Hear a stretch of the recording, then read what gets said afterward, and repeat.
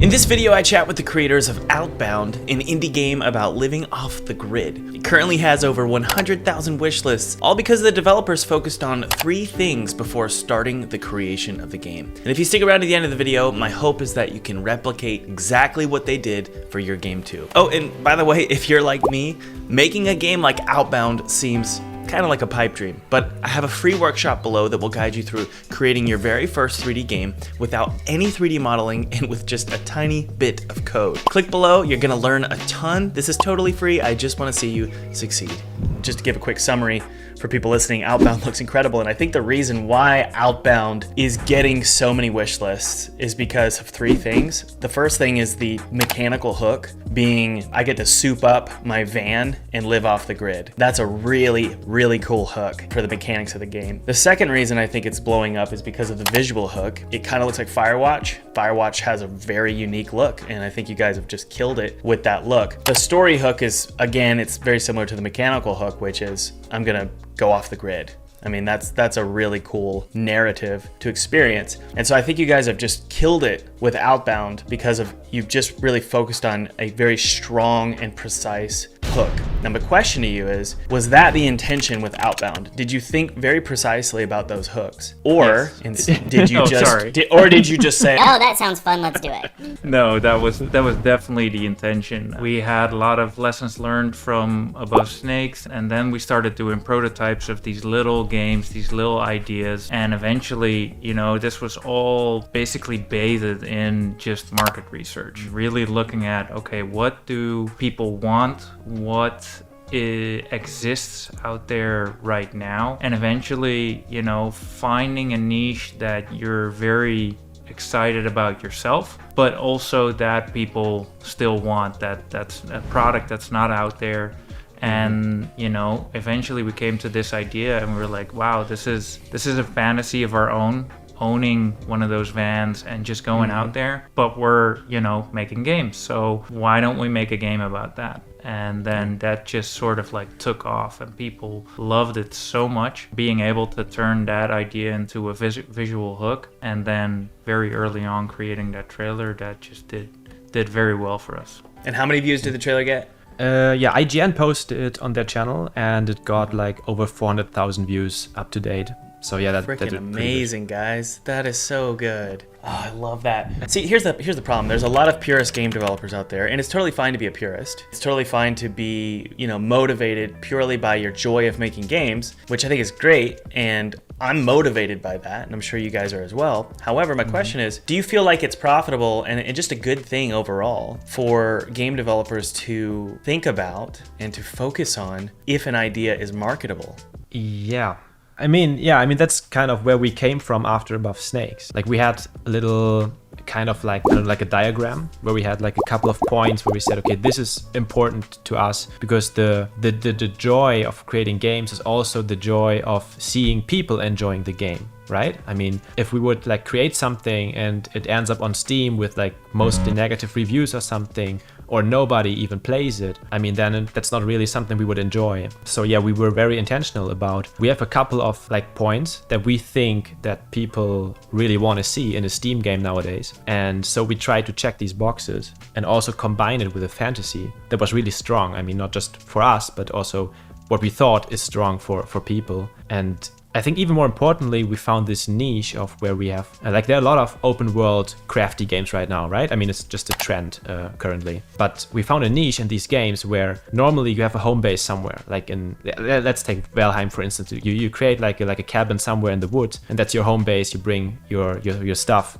to that base and build and whatever. And in Outbound, the big difference is you can take this base with you and you can travel with that base. So you're not bound to one location. Yeah. Yeah, and the funny thing that we just realized, like over the last couple of weeks when we did our first playtests, is Outbound is still suffering from that idea that so many players have, is that they need to return to their base. They need to walk out and they need to return to their base. And they forget to drive, which was such an interesting find. Wow. That players just forget it. How do you fix that? Is there a way to incentivize it and make it part of the loop? Yeah. That's what we're trying. Nudges here and there, bigger goals, trying to deplete certain things in the area, giving. That's a good idea. Yeah. I mean, we're trying to all kinds of different things right now. Yeah. Yeah, you hear it. We're in the middle of playtesting at the first playtest for the demo. Yeah. How's that feel? Yeah, great, right? I mean, first time seeing the game being played. I would define it as so fun and stressful. Yeah, it is so stressful. It's kind of like, I don't know, this might be a little bit too extreme, but it's like being butt naked and having somebody like critique you. I mean, that's how it feels for me. We're having internal playtesting right now for Twisted Tower. And actually, one of my good friends, the creator of Cultic, his name is Jason, he's also playing Twisted Tower as well. And it's tough, because like, not only do you have 1,000 items you still haven't even finished for the game. Then you've got playtesters going, hey, this is a priority, this is a priority, this is a priority. And so they're creating more stuff for you, and it makes it that what they're saying feels way more of a priority than all the other stuff you originally thought was a priority, because it's actual players who are playing the game. How do you order, like, if one person says something, is that enough to make a change in the game? For me, this is gonna sound terrible, I try not to show favoritism in my life. Like, if somebody's successful, I try not to show them favoritism, because I used to do that, and I think that's just a terrible way to be. A lot of like social media influencers and like business people, like motivational influencers, they say surround yourself with people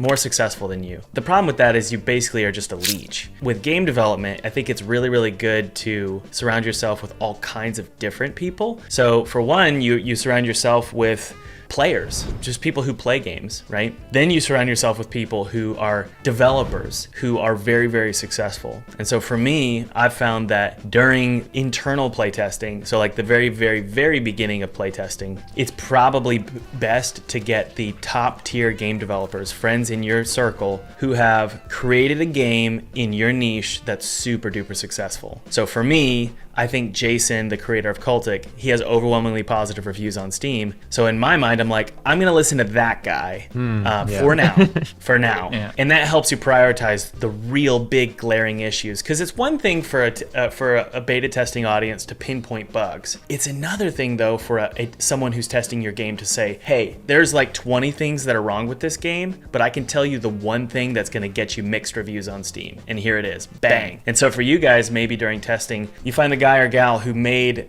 a game that's wildly successful, not necessarily in its financials, but just successful in its reviews, that it got a good response. We're wrapping up the development of Twisted Tower, and I'm like, okay, I've got 400 things that are wrong with this game.